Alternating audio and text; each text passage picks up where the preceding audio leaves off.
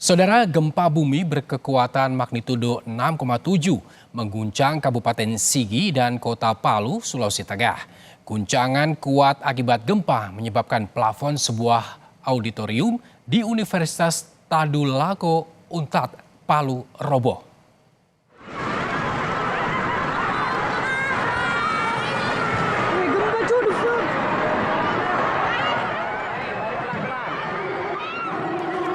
Plafon auditorium Untat mengalami kerusakan dan sebagian material bangunan jatuh akibat getaran yang cukup kuat. Saat gempa terjadi, sedang ada acara di auditorium.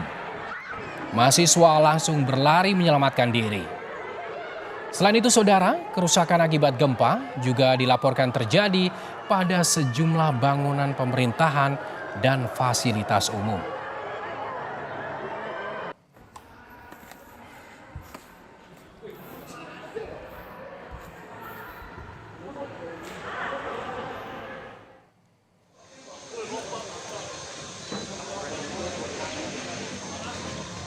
Gempa juga memicu kepanikan warga di Kelurahan Nunu, Kecamatan Tatanga, Kota Palu. Mereka berkumpul di pinggir jalan depan rumah.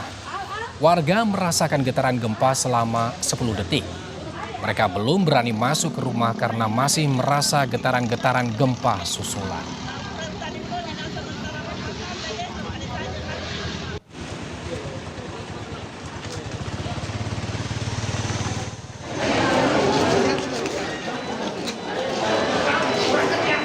Gempa juga menyebabkan sejumlah pasien di RSUD Anutapura Palu terpaksa menjalani perawatan di halaman rumah sakit.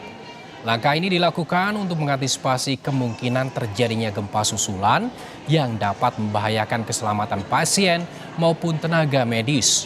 Suasana di halaman RSUD Anutapura Palu terlihat dipenuhi pasien yang dipindahkan dari dalam ruangan.